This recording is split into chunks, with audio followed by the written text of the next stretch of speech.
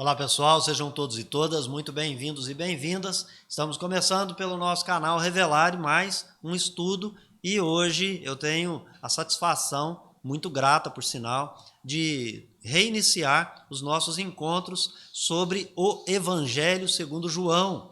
Nós estamos no capítulo 4, versículos 43 a 54, onde trataremos da cura do filho do nobre. Mas antes, quero pedir a sua generosidade para permitir que eu mande alguns abraços.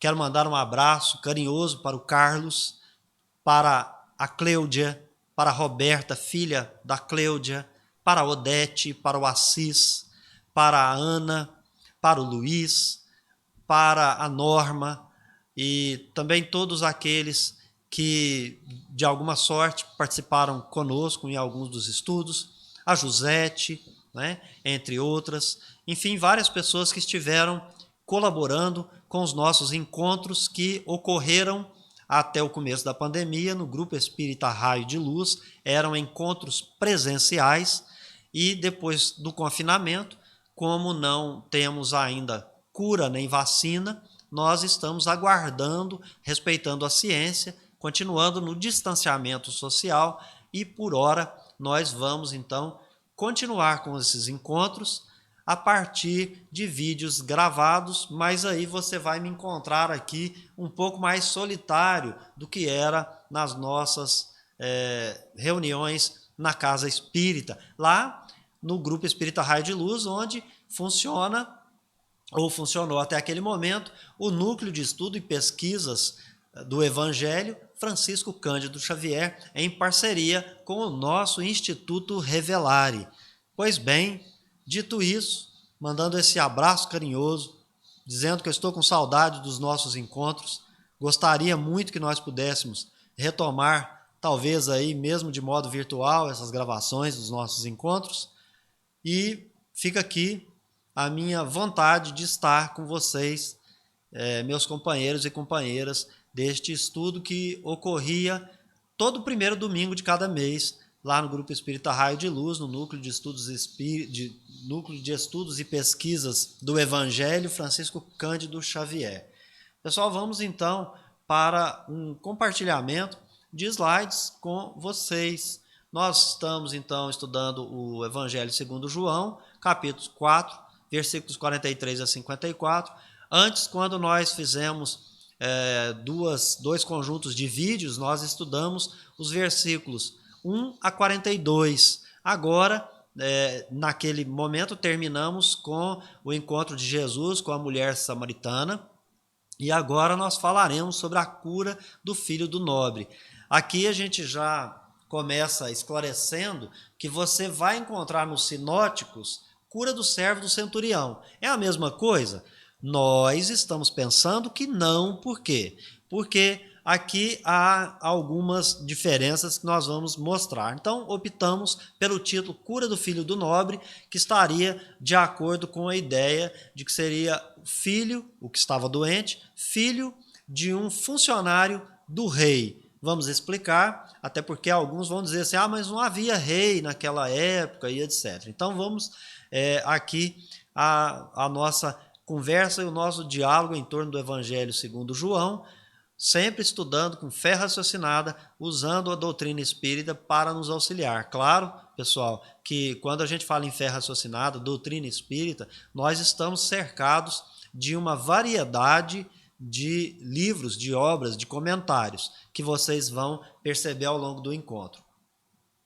Primeiramente, por que é cura do filho do nobre e não do servo do centurião? A palavra usada no artigo para ser vertida para a língua de destino, isto é, saindo do grego para o português, a palavra é basílicos. E essa palavra, então, significa real, um adjetivo derivado da palavra basileus. A palavra basileus significa rei. Então, o funcionário aí é um funcionário real.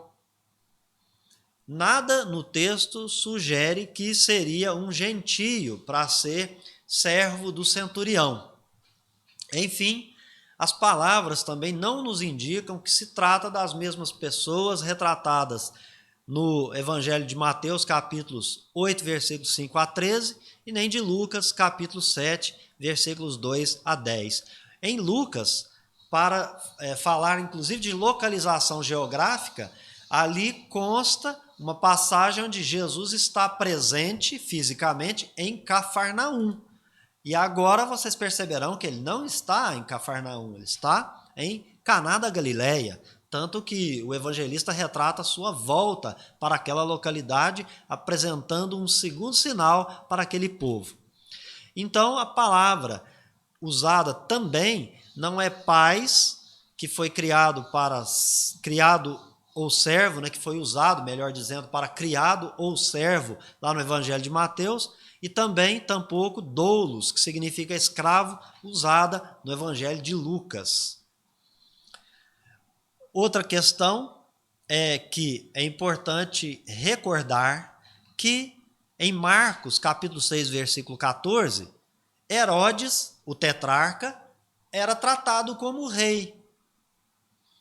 A dúvida, essa dúvida existe entre os pesquisadores, entre os estudiosos, se esse funcionário real poderia ser a pessoa de Cusa. Cusa era funcionário, era o mordomo de Herodes.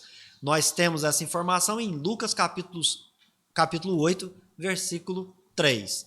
Recorde você que a Galileia não era parte da província imperial. Então, muito certamente, ali houve um encontro de pessoas nessa localidade por conta dessa situação de Galileia não fazer parte da província imperial. Veja que nós vamos encontrar uma versão que vai ser uma variação da informação que a gente trouxe para você de basílicos e basileus, que é a expressão basiliscos. Basilisco seria um termo para referir a rei, mas de uma outra maneira, a variante é pequeno rei. Por quê? Herodes, o tetrarca, não era rei, não era considerado rei pelo imperador, não tinha esse título de rei, mas ele era o tetrarca, ele era o administrador, então ele exercia poder de fato naquela localidade. Recordando a você que naquela época, várias localidades que eram como cidades, por exemplo, aqui nós estamos na cidade de Uberaba, né? Naquela época, poderia haver, no lugar do que seria o prefeito, seria um rei, por isso havia vários reis nessas pequenas localidades. Ali então, basilisco seria uma outra versão, uma outra variação para pequeno rei, consta do Códice de Beza e outros manuscritos cópticos e latinos. Já na Vulgata Latina, como você sabe, é a tradução vertida da língua original para o latim, né? Para a língua romana, e no caso o latim que era falado naquelas oportunidades. Na Vulgata, o termo usado foi Regulus. Seguindo, nós vamos encontrar a informação, recordando a você, de que Jesus estava na Samaria, você se lembra. O último encontro dele foi com a mulher samaritana. A mulher samaritana deu a notícia de tudo que ela testemunhou com Jesus, e os homens vieram eles mesmos verificar em loco tudo aquilo que a mulher disse que Jesus fazia, de sinais da sua profecia, dos comentários que ele fez acerca dos seus casamentos. Nós explicamos no outro encontro qual seria o significado desses casamentos e, portanto, qual seria a verdadeira missão que Jesus realizou naquela localidade, sendo ele judeu, encontrando-se com os samaritanos e, nesse sentido, fazendo aí uma reconciliação, uma vez que samaritanos e judeus eram inimigos. Jesus passou 2 dias entre os samaritanos. A Samaria é uma localidade que ficava entre a Judéia ao sul e a Galileia ao norte. Estava ali entre, né? Então, depois de 2 dias, sai Jesus da Samaria e vai para a Galileia. O próprio Jesus, nesse encontro aí, você vai perceber no versículo 44, ele vai dar um testemunho de que o profeta não tem honra em sua própria pátria. Por que ele diz isso? Para que você entenda qual o significado de pátria ou de patris para aquele conjunto de versículos na realidade. Então, ele não está falando das mesmas situações em que ele vivenciou lá em Nazaré. A ideia, porém, é a mesma. Então, quando Jesus vem para Galileia, os galileus vão recebê-lo muito bem. Eles tinham visto os sinais que ele havia procedido em Jerusalém na festa da Páscoa. E, então, eles, tendo testemunhado esses sinais, creram pelos sinais. Tanto que, em um outro capítulo, logo à frente, você vai perceber que aquele séquito de Jesus vai diminuir sensivelmente, porque eles creram apenas em razão dos sinais, né? Jesus, portanto, vai para Caná da Galileia, o mesmo lugar que nós já falamos para vocês, que ele transforma água em vinho a pedido de sua mãe. E lá ele vai ter contato com um certo oficial. Quem é o oficial? Parece que quem é oficial não importa, importa o ensino. Qual será o ensino deste encontro de hoje? Qual o fundo que a doutrina espírita vai nos permitir abeberar-se dessa fonte, que é o Evangelho segundo João, esse evangelho que retrata um Jesus espiritual. Então, ali, Jesus se encontra com esse oficial real e o filho estava doente, onde? Na cidade de Cafarnaum. Que coisa interessante, né? Ele está em Caná da Galileia, Cafarnaum é quase um dia de viagem, de distância. Então, nós vamos presenciar, através dos nossos estudos, obviamente, esse encontro de Jesus em uma outra cidade. A gente já fala porque você vai entender bem por que a gente quer retratar essas questões geográficas. O funcionário real que se encontra com Jesus, ao ouvir que Jesus estava vindo da Judéia para a Galiléia, ele então foi ao encontro de Jesus. Será que ele estava a trabalho lá em Caná da Galiléia, ou ele saiu de Cafarnaum, onde estava seu filho doente, e se dirigiu para encontrar Jesus o mais rápido possível? É possível que ele tenha ido também para alguma atividade em função do seu trabalho, mas ele já, se foi isso, ele aproveitou a oportunidade. Não sendo isso, ele foi diretamente para ter com Jesus e pedir que Jesus, então, promovesse a cura de seu filho, que estava prestes a morrer. Jesus vai falar a ele da seguinte maneira: se não virdes sinais e prodígios, não crereis. O que será que Jesus tinha em sua mente nesse momento que fala assim com esse funcionário real? Será que Jesus queria testá-lo? Não acredito. Mas é uma forma que Jesus vai permitir que ali nós possamos extrair um ensinamento.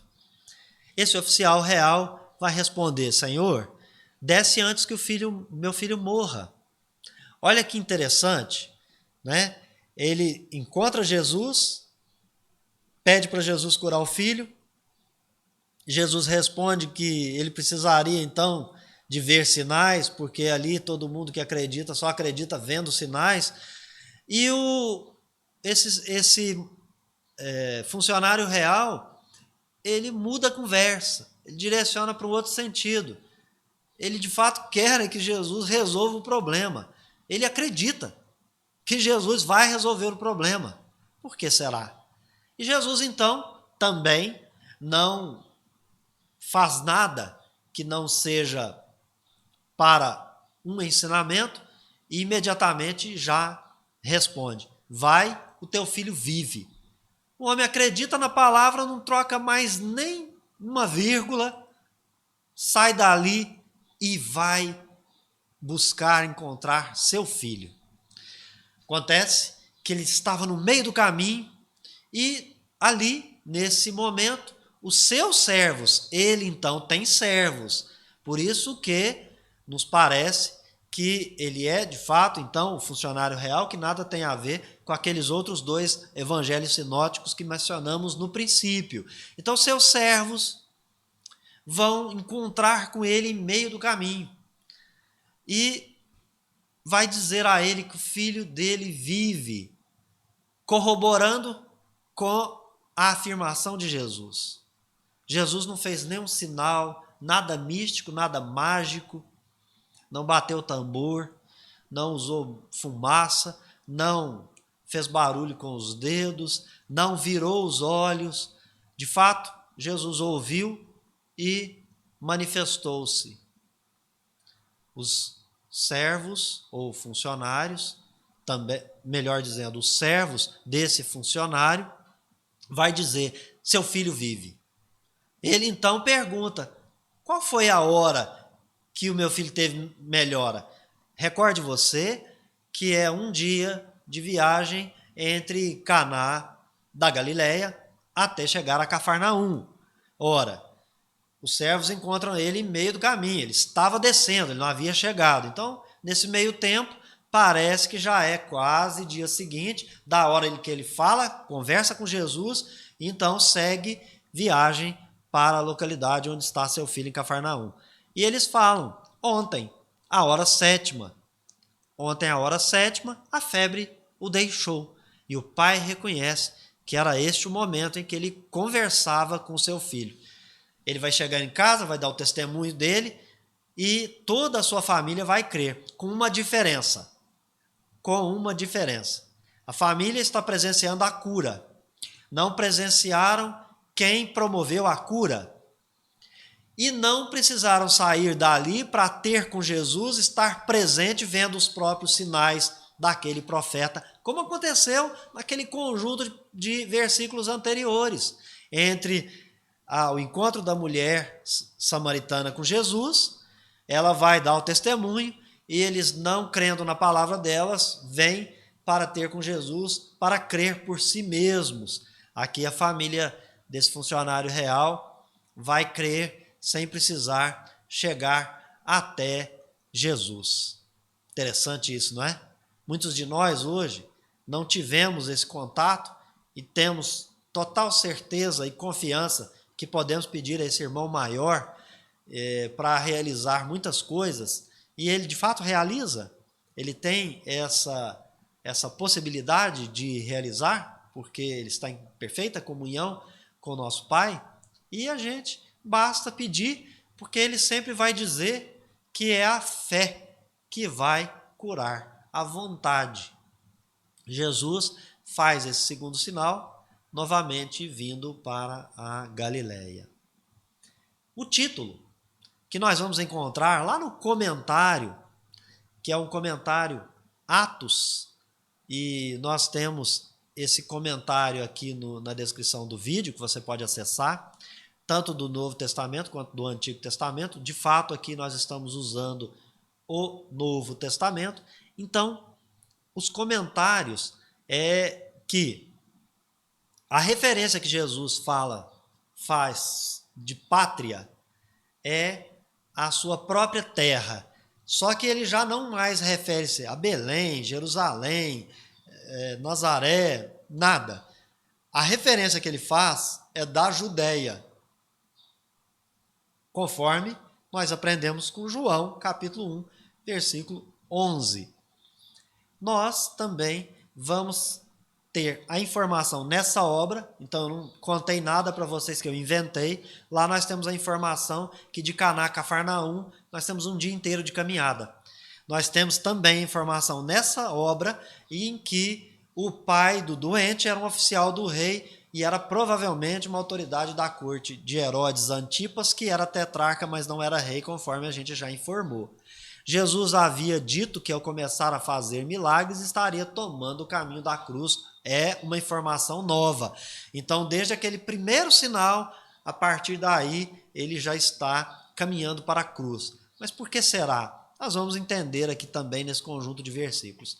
Há um ensino sobre fé nestes versículos. Por isso, o título que você vai encontrar em Atos, que é o comentário que nós estamos usando aqui, comentário Atos, Novo Testamento, ele traz o título Fé e Cura na Galileia, capítulo 4, versículos 43 e seguintes. Então é muito interessante, fé e cura na Galileia.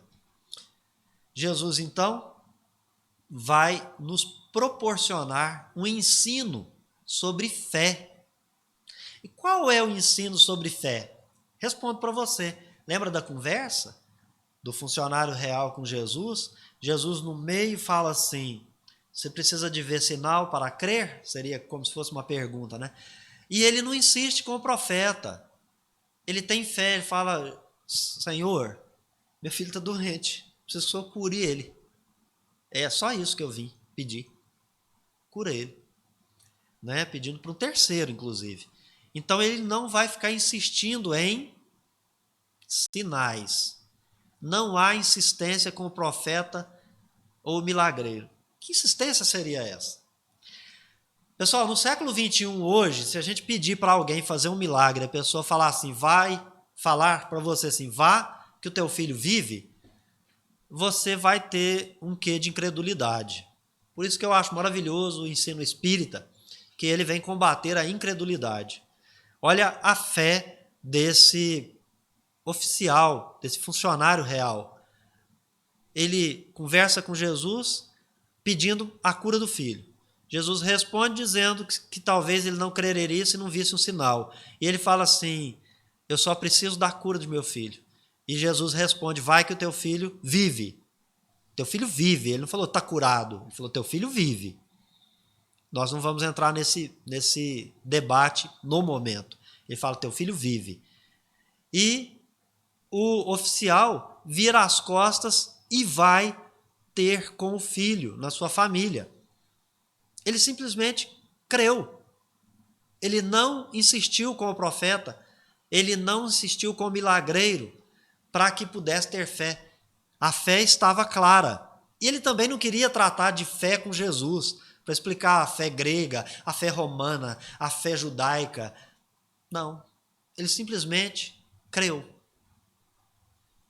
Agora tem um dado.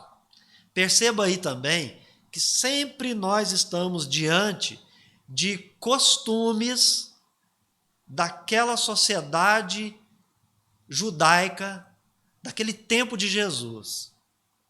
Observe você que algumas coisas passam muito ao largo da nossa compreensão no século XXI, porque não temos o conhecimento e também não buscamos. É um milagre a longa distância. É claro, pessoal, que você tem que estudar essa questão de milagre, como explica Allan Kardec na obra A Gênese, no vocabulário espírita. É uma questão de ciência, de manipulação de fluidos, de coisas que nós estamos distante do conhecimento e que nós não vamos ficar aqui discutindo se é algo mágico. Não, não tem mágica. Não tem mágica. Mas Jesus é um espírito puro, hierarquicamente superior a todos os que evoluem no planeta Terra. Todos. Por isso, para nós, ele é modelo. Então, nós estamos longe de reconhecer o poder que ele tem. E quando eu falo poder, é no sentido de conhecimento, aquisição de conhecimento. Então, nós estamos longe, distante de conhecer. Só que ele falou em algum momento para nós que nós poderemos fazer o que ele faz e muito mais. Ou seja, nós vamos adquirir o conhecimento. Não é uma promessa. Isso é uma sina, porque todos seremos espíritos puros, né? Tá aí para aqueles que falam, não tem destino, tem sim. Destino como ponto de chegada é ser espírito puro. Raros são aqueles milagres a longa distância. Os padrões que contam sobre milagres no Antigo Testamento vão mostrar que isso era muito raro, mas não só na cultura judaica, como na greco-romana. E era interessante que um profeta, ou os mágicos gregos, mostravam eficiência quando estavam presentes. As coisas ocorriam em melhor estado, vamos dizer assim, quando eles estavam próximos, quando eles estavam presentes. Jesus não precisava estar presente, como hoje ele não precisa estar presente para nos atender naquilo que nós tenhamos fé quando formos querer, tenhamos vontade, que tenhamos certeza, e que de fato seja algo lícito, e que nós sejamos também merecedores, no sentido de você não se julgar culpado de alguma coisa e não ser merecedor, né? Então, aqui mostra no padrão greco-romano, padrão judaico, eficiência quando estava próximo. Mas Jesus vai mostrar que ele pertence àquele grupo dos raros milagres que aconteciam à distância. E esse, de fato, é que mostrava um poder extraordinário desse operador. Qual seria a única condição para os milagres de Jesus? Porque seria, de fato, tão potente? Porque Jesus somente trabalhava com a fé do suplicante. Então, lembra daquele milagre dos pães? Lembra do milagre dos peixes? Você leva 5 peixes, você leva 5 pães, você leva lá o que você tiver. O que Jesus faz? Ele multiplica o que você leva. Então Jesus multiplica, potencializa a fé do suplicante. Aquela fé genuína.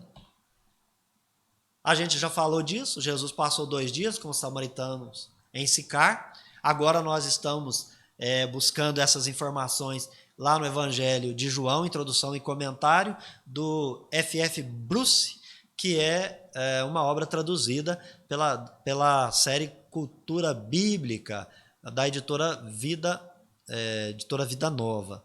Então, aqui essas informações agora você encontra nesse comentário. Há um provérbio citado no versículo 44 que vai se referir sobre a sua partida da Judéia, né? Então, esse comentário está referindo sobre pátria na Judéia como um todo, e não a simplesmente Nazaré. Mas esse provérbio está de acordo com os evangelhos sinóticos, quando ele vai ter com os seus em Nazaré. Mas agora ele não está falando exatamente da Galileia, porque ele falou o provérbio lá em Nazaré, agora ele está na Galileia. Mas será que então Jesus é da Galileia? Não. Ele está falando da Judéia como um todo, da sua partida lá da Judéia, né? Então seria isso, se é que nós estamos conversados. O termo usado é o patris, termo grego, é usado nos 4 evangelhos sinóticos, Marcos, Lucas, João e Mateus. Não se refere a Nazaré nem a Galileia, e a gente repisa que se refere à Judéia. Qual que é o motivo, hein, gente? Vamos recordar. Jerusalém é quartel-general de quem? Dos seus. O que significa isso? Significa o ponto que nós vamos coordenar com o Espiritismo. Quando nós viemos reencarnar, nós estamos aqui em famílias espirituais, se encontrando em famílias consanguíneas, mas em grupos espirituais. Aqueles simpáticos vêm com uma tarefa. Então há um grupo que se reúne e tem uma tarefa. Os seus aqui, nós vamos entender que seria um grupo instruído por Jesus para vir encarnar na Terra e trazer a boa nova. O que aconteceu com eles? Eles destoaram da boa nova, mostraram mais orgulho, mais prepotência e mais rito exterior. Jesus então veio para colocar as coisas em seu próprio curso. Então ele vai combater os seus, que são os líderes judeus e também aquele povo de Jerusalém propriamente dito, né? Então, seriam pessoas que estariam naquela cidade hoje tida como sagrada e os seus seria ali propriamente os líderes religiosos. Eles não recebem Jesus. Jesus vai reafirmar isso lá no capítulo 5, no versículo 43. Ele vai falar assim: eu vim em nome de meu Pai, não me recebeis, né? E confirma isso lá no capítulo 12, versículo 37, que quando o evangelista vai dizer, embora tivesse feitos tantos sinais na sua presença, não creram neles, né? Então aí nós já estamos falando aí desses chefes religiosos, líderes religiosos. Aqui nós vamos então encontrar Jesus se reportando àquela experiência em Jerusalém que estava viva na sua memória. A fé daquele povo era puramente superficial porque provinha, como a gente mencionou, dos sinais. Eles não acreditaram na palavra, somente nos sinais exteriores, naquilo que ele mostrava, que supostamente parecia uma mágica para atingir os 5 sentidos que nós temos, né? E o que nós vamos recordar, né? Eles não captaram o significado profundo dos sinais. Capítulo 2, versículo 23. E as palavras ditas pelo oficial na Galileia, segundo esse comentarista, poderia ser um teste para a sua fé, mas nós discordamos, nós entendemos que Jesus não vai testar fé de ninguém. Ele somente tinha a ideia viva ainda de como foi recebido pelos seus, isto é, os seus não o receberam na condição de profeta porque não creram nele, na sua palavra.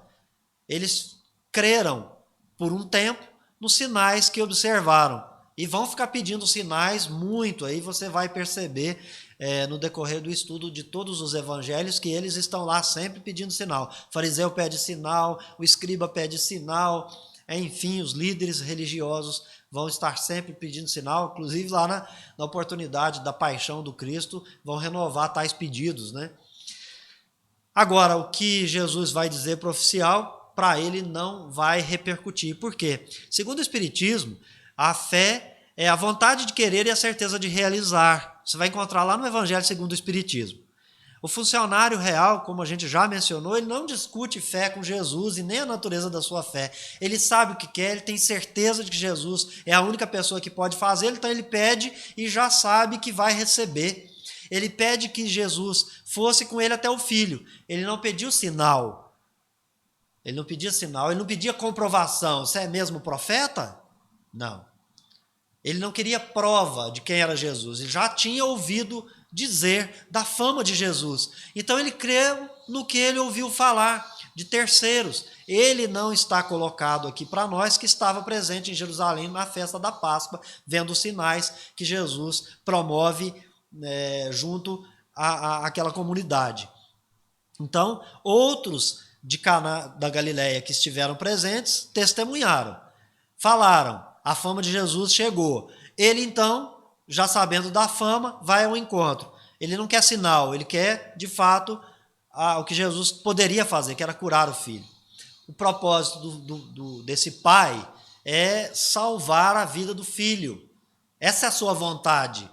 Ele não tem interesse nem em sinal, nem em prodígio. Tanto é verdade que Jesus só fala, vai, teu filho vive. Ele crê e vai, e o filho está vivo. Aqui eu queria compartilhar com vocês apenas algumas informações, como a gente faz sempre nos nossos encontros, que é o conhecimento bíblico desse dicionário ilustrado que está aqui, ó, você pode ver, traz fotos, né, um dicionário bacana que você pode aí lançar mão para obter conhecimento. Então aqui fala do significado da palavra Cafarnaum.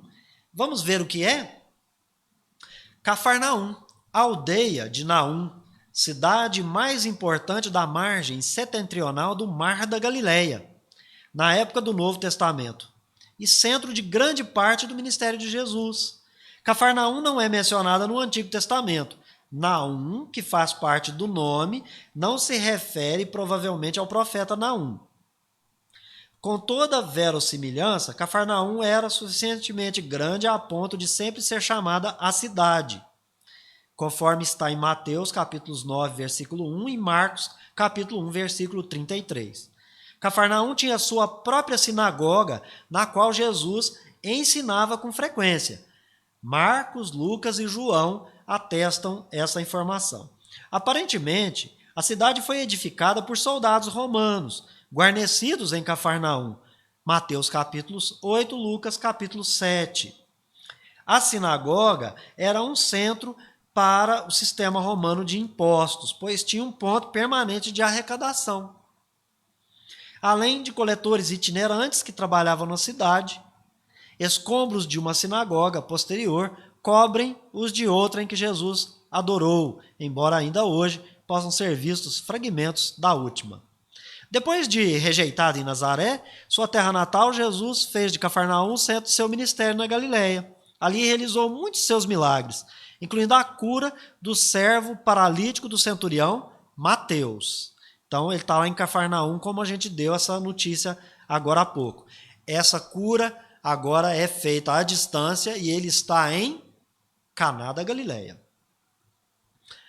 Ele também fez lá a cura da sogra de Pedro e aqui nesse dicionário vai trazer essa informação que nós discordamos, que é a cura do filho do oficial do rei. Ora, o filho está em Cafarnaum, mas Jesus, que é o que promove a cura, está em Caná da Galileia. Daí o comentarista que nós utilizamos aqui dizer que eles não são a mesma pessoa. Dito isso, o próprio autor do dicionário também está esclarecendo que foram mais de uma cura, que a do paralítico, do servo paralítico do centurião é uma cura, que está lá no capítulo 8 de Mateus, a gente mencionou. E que o do filho do oficial, que é João, nós estamos aqui nesse estudo, versículos 4:6 a 5:4, é outro milagre. Então, aqui, a única coisa que a gente discorda é com a localidade, porque Jesus está lá em Caná, o filho que está em Cafarnaum. Mas o milagre acontece onde? Bom, o milagre acontece pela vontade, né? Então, Jesus usa a vontade do Pai, a sua própria vontade, potencializa a vontade do Pai e cura o filho. O filho, então, recebe essa graça. Mas Jesus está em Caná, é assim que a gente entende, tá? Mas nós não vamos brigar por isso, não. O importante é a fé. O lugar onde você vai ter fé não importa, você precisa ter uma fé genuína, que é a ideia do nosso encontro de hoje. Ora, enquanto caminhava pelo mar da Galileia, perto de Cafarnaum, Jesus chamou os pescadores Simão, André, Tiago e João para serem seus discípulos. Foi também em sua própria cidade que Jesus chamou o cobrador de impostos Mateus. Imediatamente depois de multiplicar os pães e os peixes, Jesus pregou sobre o pão da vida perto dessa cidade. Embora Jesus tivesse centralizado seu ministério em Cafarnaum, o povo da cidade não seguiu. Jesus proferiu uma maldição contra a cidade por causa de sua incredulidade, predizendo assim sua ruína. Então, surpreendente foi o cumprimento dessa profecia que apenas recentemente Tel 1 foi identificada com segurança como a antiga Cafarnaum. Bom, aqui são informações, você pode buscar essas informações também em outras fontes. Temos aqui então Caná, e aqui a gente não vai ler tudo, aqui há informação sobre Caná da Galileia, que é o seguinte: uma região de juncos. Daí talvez a gente ter utilizado a palavra cana, é possível, não é? Nome de um ribeiro e de duas cidades. Ribeiro Torrente, que servia de limite entre os territórios de Efraim e Manassés, cidade da fronteira setentrional do território de Asser.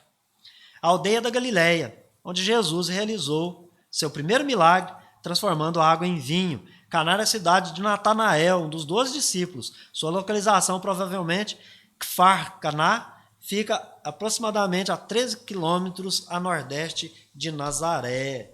Legal, né, pessoal? Então, vamos trocar aqui, mudar o nosso slide aqui, porque temos mais uma pequena informação, né?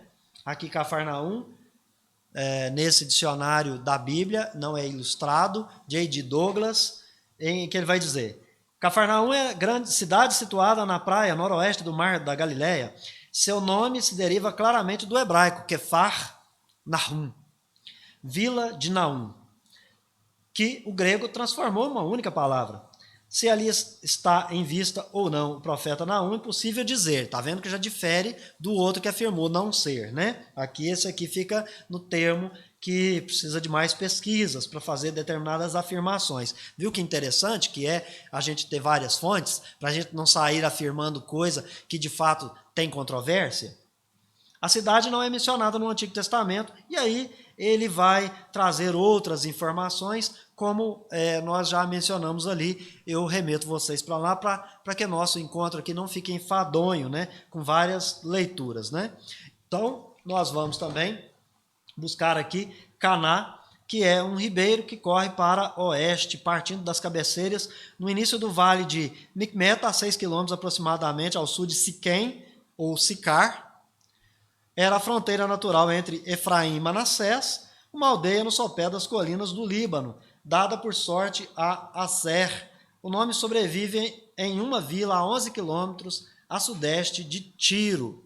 É isso aí. Então, aqui apenas trazendo para vocês alguma informação, algum conhecimento, né?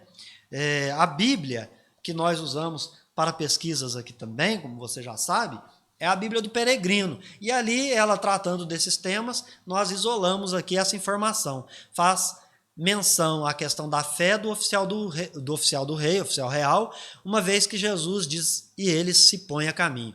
Uma vez que Jesus diz e ele se põe a caminho de sua casa, onde está o filho doente. Ele creu e não precisou de sinais.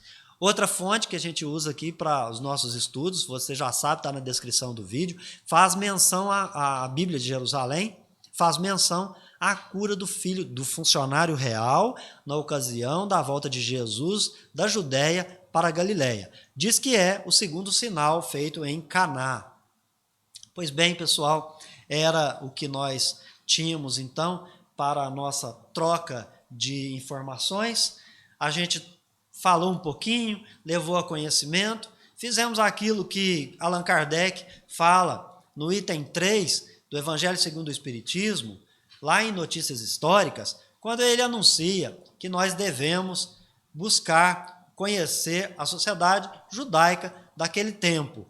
E também, na questão 627 de O Livro dos Espíritos, os Espíritos dizem que é missão deles, os Espíritos, promover o resgate de todo o ensino do Cristo sem periferia.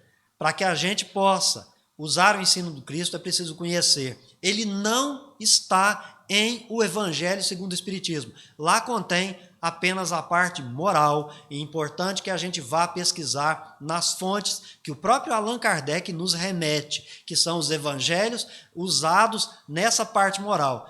Recorda você, Kardec diz que os evangelhos têm 5 partes. O Evangelho segundo o Espiritismo é uma delas, e ele não aboliu o estudo, não. Está lá em Notícias Históricas, no item 3, na introdução do Evangelho segundo o Espiritismo, e também no objetivo da obra, quando ele vai dizer que nós devemos estudar a Bíblia, os autores sacros, enfim.